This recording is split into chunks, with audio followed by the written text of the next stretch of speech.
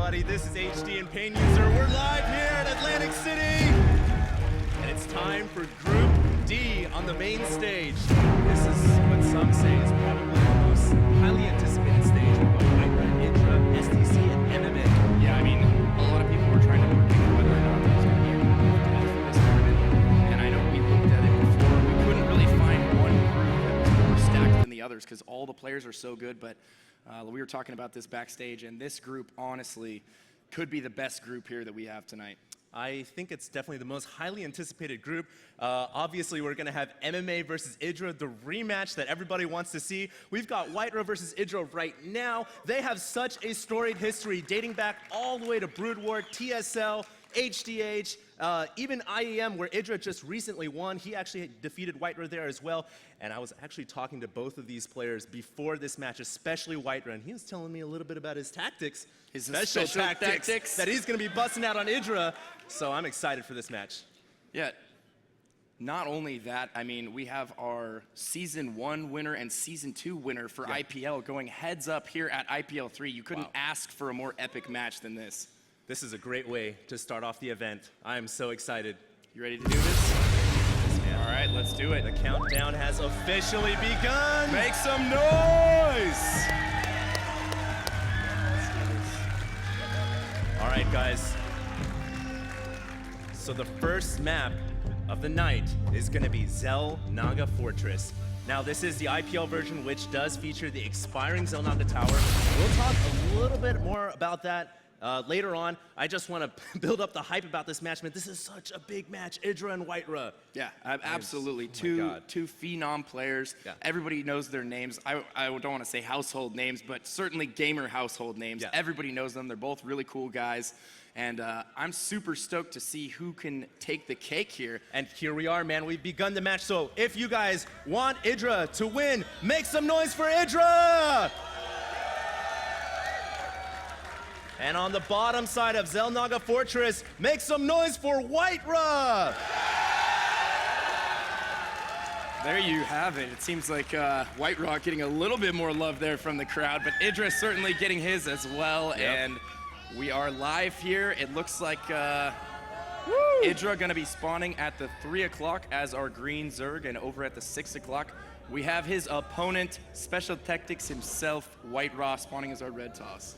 All right, well, everybody knows IdrA and IdrA. They know them as personalities. Anybody who's ever come out to these live events has spoken to them in person before. They are so easy to get to know. Each of them have their own personality, their own traits, their own characteristics. Now, I was talking to IdrA beforehand, and he was telling me that there are two things that he can do very well against IdrA, and he's planning for it. He may go for the 7-gate all-in against IdrA. He was telling me about it. He may also use the Warp Prism, the newly buffed Warp Prism, against IdrA as well, and we saw JYP do that against IdrA. Yeah, he might actually do that. Not IdrA, but JYP do that. I've seen him do it before. He utilizes the Warp Prism, and a lot of players really starting to utilize the Warp Prism post-patch. Obviously, it had its hit points increased, or its shields, rather, and people have been using speed Warp Prisms to do a lot of harass against Zerg, and they've also been incorporating Immortals into their play much more than we saw previous.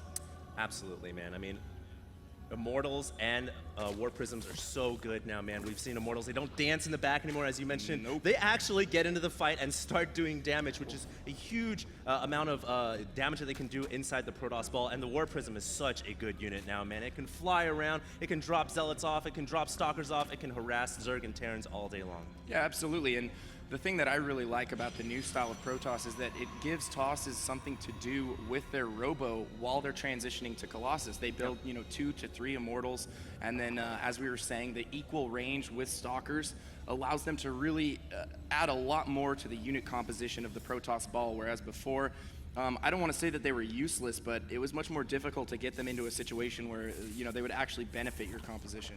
Yeah, and I think a lot of Protosses are happy with the new buffs. Now, IdrA did go for a Forge Fast Expand here, so this is a pretty common opening. He's going to get that cannon down right away to deflect any initial Zerglings that IdrA might pump out. There you guys see IdrA on the player cam. He's looking quite confident right there. He's got his probe attacking this hatchery that is going down. Now, of course, note, the Zerg player can't actually go for hatch first against Protoss because that early probe can be such a nuisance. So IdrA did open up with pool into hatchery. Yes, he did. The cannon is also going to be up before those Lings are able to get in there and scout or perhaps run up the ramp or anything like that. And I like the building positioning thus far from IdrA. He's actually extending his wall out to the right and slightly up. He's not going for the full wall off with the Nexus. And I'm curious to see how he's going to expand on this. Is he going to add more buildings to the right here? His cybernetics core hasn't gone down yet, so we'll have to see where he puts that. Pain user, IdrA going immediately for the third hatchery here. Now this is something that Zerg players can do. When they see the Protoss get that Nexus down after the Forge, they can either try to be aggressive and bust that down, but IdrA's mentality, his playstyle more gearing towards macro. And you know what, on this map, that third hatchery is very far away from the Protoss, so it's very safe and it's very natural to progressively take the third expansion immediately. Yeah, and given the spawns here, I think this is the best setup for IdrA to take that third over there. Absolutely. Although IdrA heading out with a probe right now might actually be going straight to that third, so he's going to have an idea exactly what IdrA's up to very early on in this game, and he will scout that. There's no way that these Lings are going to be able to catch that probe. Now it's funny because as I mentioned before, I was talking to IdrA, he said that he will most likely do that 7-gate all-in against IdrA, and I think the reason why he sent that probe to go scout right away is to see, did IdrA go for the third hatch? And oftentimes when a Zerg goes for the quick third like that, the 6-gate or 7-gate or even plus more, it can be just a game ender for the Zerg. Yeah, I agree with you, but we have a real quick Stargate here coming out of IdrA actually, so I don't think he's going to be all-inning IdrA. He's going to go for the quick Void Rays, try and harass that third, get some damage done, and IdrA's spread so thin right now. He took that really early third. He's going to be spread out on the map, and IdrA already coming in here with a Zealot very early on, but that Zealot's going to get surrounded immediately, and it will get taken out, as will that probe. Yeah, IdrA losing a couple of his early game units there to IdrA, so IdrA taking a small lead in this game, picks off that probe as well. Interestingly enough, does he have speed yet? Hasn't researched speed. IdrA getting his gas, has actually not been mining gas and now is starting to get that gas going. Yeah, he actually wasn't mining any gas there. He's just been powering on drones. He obviously made a couple Zerglings there to kill the Zealot and the Probe, but he's just been powering drones so hard. He's already at 49 and he's continuing to produce, adding some Queens into the mix now. But this Void Ray gonna get scouted here by these Lings. Oh, so IdrA already knows exactly what IdrA is doing. Now, I actually talked to IdrA and he said, you know what? Just because he's going to Stargate doesn't mean he's not going to do that 7-gate or 6-gate with Stargate as well. Seriously, he is going to go balls to the wall if he wants to, and he is adding on the 2nd and 3rd gateway, 4th and 5th actually, with +1 weapons about to complete, so don't discount that possibility, guys. It definitely is still possible. There we it go. is. There is an additional gateway, so IdrA going to be very, very aggressive in this game here, and he's actually adding Void Rays on top of that. He's going to have 2 Void Rays plus this 7-gate worth of units here. Yeah. And that could be a devastating timing push. I don't know if IdrA is anticipating this, if he's played against this style before, and what he's going to have in store waiting for IdrA is really going to determine the outcome of this game. Now, it really sucks for IdrA because he went in there and he scouted that Stargate, and to a Zerg player that looks like a Stargate opening, they really don't expect all those gateways to follow up. So IdrA probably has no idea that this is coming. He does have a Roach Warren on the way. His speed is about to complete, so potentially he could have enough Roaches and Lings to hold this off, but he needs to start cycling out all Lings and all Roaches if he wants to. And he also doesn't have the luxury of that Xel'Naga tower on this map, so he's really not going to see any of this coming. And that could be a factor here because he did not see these forces go through mid. He's just now going to scout mid, and he might actually see IdrA's units. He just snuck by them right there. I'm not sure if he saw that. Hopefully he did, though. I think he did, and he's moving units over there. But he doesn't have creep spread between his natural and his third right now, and these Void Rays are going to start picking off the Queens. They're both going to fully charge. Oh my IdrA goodness. could be in trouble here. And that's devastating. You need all the Queens you can get to hold off the Void Rays. The Void Rays really are the unit that you worry about most as a Zerg player, and he's already lost a single Queen. The Void Rays are charged, 2 force fields coming down, keeping the Roaches away from the Stalkers, and the Hatchery now starting to take a little bit of fire. The Hatchery taking a little bit of damage, but he has both of those Void Rays still fully up and charged. The Queen's actually not targeting them right now. He's going to have to pull back a little bit here, though, because IdrA has cycled a ton of Roaches right now. He's actually potentially going to hold this off with some additional reinforcements here, and I think that's enough Lings. He's going to hold off the 7-gate. He is going to hold off all the gateway units, and he holds off the Void Rays as well. IdrA holds off The power attack from IdrA, but IdrA continues to warp in reinforcements. He has pylons down here in the middle of the map, and he's warping in 4 more stalkers. He's going to continue this aggression. There goes one queen. Second queen might go down here.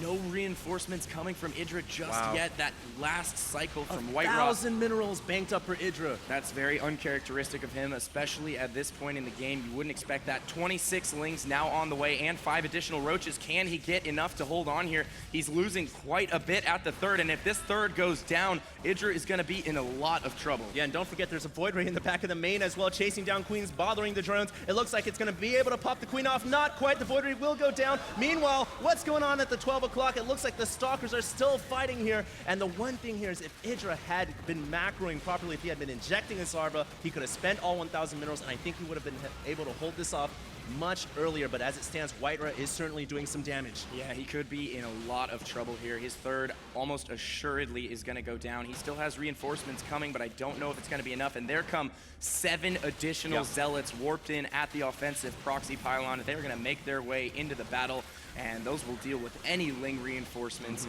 from IdrA. Yeah, Zealots and Stalkers so good against Roaches and Lings. And it looks like the hatchery at the 12 is going to go down. That is a significant blow to the Zerg economy. Now IdrA has been funneled down into only 2 hatcheries and, of course, the macro hatch. But IdrA's game plan there just coming into fruition and working quite well. Yeah, I mean, he absolutely wanted to take out that third hatchery. That was crucial for him.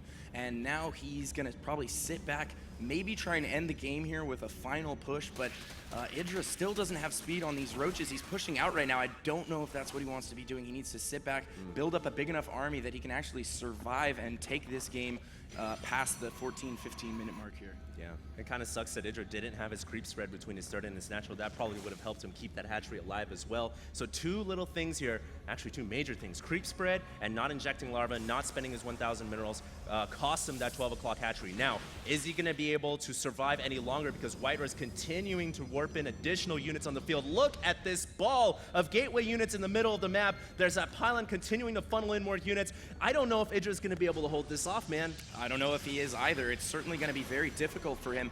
He's massing roaches at this point. He has speed now, and he does have quite a few roaches, though. If they both slam head-to-head here, I think IdrA might have enough to hold IdrA. IdrA leaving his pylon exposed here. If he loses that pylon in the middle of the map, he won't be able to warp in additional reinforcements, but IdrA not going for it. It looks like IdRA's just going to go straight for the 12 once again to pop that off. The Zerglings are the only thing there to defend against it, and IdRA's funneling all of his units back to the 12. He's going to go for a flank maneuver here. Now it's going to come down to the force fields. Can IdrA keep his forces alive? This is not a good position for the Protoss player, but the force fields, of course, balancing that engagement out. Yeah, beautiful force fields from IdrA, but the concave for IdrA right now is beautiful. He's got him fully surrounded. Goodness. That flank didn't allow him to move out. He's going to take out this entire push here.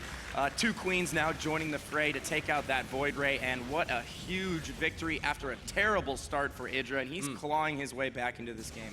Yeah, IdrA just showing how mechanically sound he is. He's able to deal with any kind of cheesy play, any kind of all-in, any type of aggression, and he has been able to repel repeated waves of this 7-gate plus Stargate. Now, IdrA is not a man without a backup plan. He has a robotics facility. It looks like he's going to go into those new 6-range Immortals, and no doubt we may see some Colossus come out. And I hope for IdRA's sake, if you guys are a IdrA fan, he does, because IdRA's going into Hydralisks now. Well, one thing that's really important to note, and I think this is why IdrA is having so much success at this point in the game, IdrA just now started producing probes again. 63 drones to 48 probes. It was actually 63 to 45 for a majority of this game, so IdrA cut probes that entire time to get that all in at a timing that was early enough to do that kind of damage. So not killing any drones there. IdrA lost the third, but he was still ahead economically, and that's what's allowed him to pull through here into the late game. And now IdrA taking a 4th, supplies at 166 to 90. Yeah. IdrA is just running away with this game in a macro sense right now. It's kind of the definition of an all-in, right? You got to cut your probes, you got to use all your chrono boosts on your warp gates, and you just hope and pray that the dice roll the way you want them to. But as it stands, IdRA's plan did not work out in this first game in this series. Now he's going to try to fall back into his contingency plan B, grab a Nexus, play macro, but man, he's so far behind right now. Look at IdrA's macro now kicking in. He's ahead by almost double in supply, 195. He's already maxed almost, guys, and IdrA's only at a measly 97. Yeah, and I love the fact that he's throwing Hydralisks into the mix now. Hydras are great against Immortals. They'll help clean up this last remaining Void Ray. They're actually really good against Gateway units as well. They're just super slow. You don't see them that much because of that, but I think IdrA certainly has enough to take IdrA out here. He's making his final move, it looks like, attacking from both sides. A few units do get force fielded off right there, but I still think he has more than enough to deny IdrA's third here and potentially win the game. IdrA, if only he had a couple of Colossi out right now, it would be so helpful. You could put him on the high ground. He is using those 6-range Immortals quite well, in fact. Look, they're actually shooting. They're not dancing around. Yeah, but he is getting torn apart right now. IdrA running away with this, kills the last remaining Immortals, and there it is. Wow. What a way to start the night off, guys, here in Group D on the main stage here at Atlantic City. I'm so hyped up. And there you guys see is the winner. There's IdrA. He just took a very gut-wrenching win, man. I'm sure